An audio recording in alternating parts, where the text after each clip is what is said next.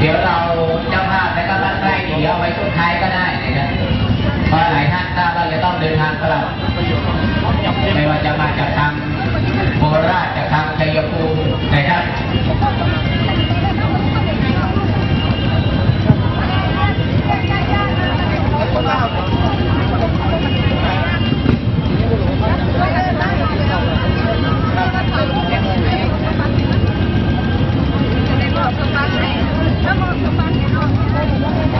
พี่น้องคนจีนท่านใดที่ยังไม่ได้กลับนะมาถ่ายรูปตรงหน้าศพนะครับเดี๋ยวด้วยนะครับ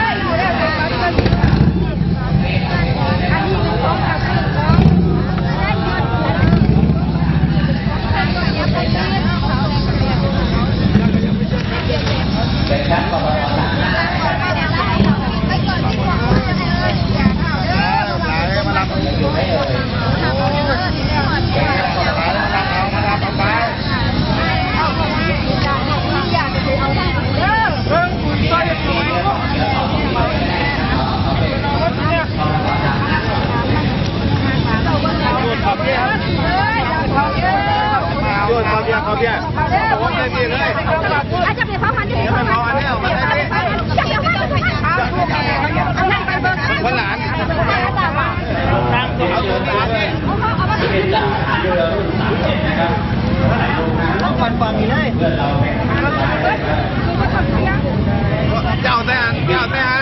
ออกมาที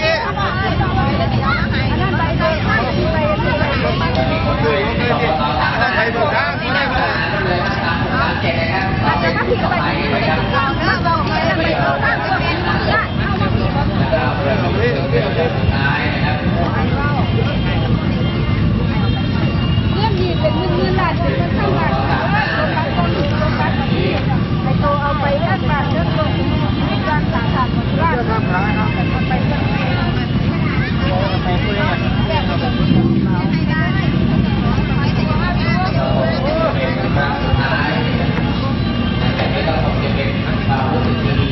แล้วผมนะที่เนี่ยเขียนแสนบ้านกองโรงพยาบาลบ้านต่างๆจับเข้าไปหมดเลยบ่อยมันใหญ่เป็นเดียวเนี่ยนี่ก็รอทั้งหมดเลยก็รอทั้งหมดเลย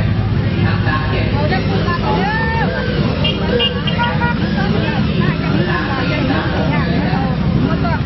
จะรอเลยครับทุกรุ่นครับรอ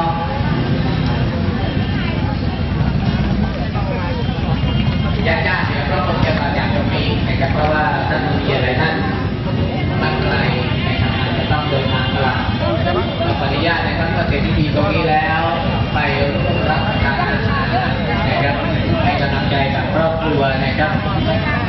แล้วก็ในช่วงเวลา 18:30 นาทีก็จะมีพิธีเจริญพระพุทธมนต์นะครับที่บ้านผมจะพาเชิญเลยครับทีมงานต่อไปเลยครับ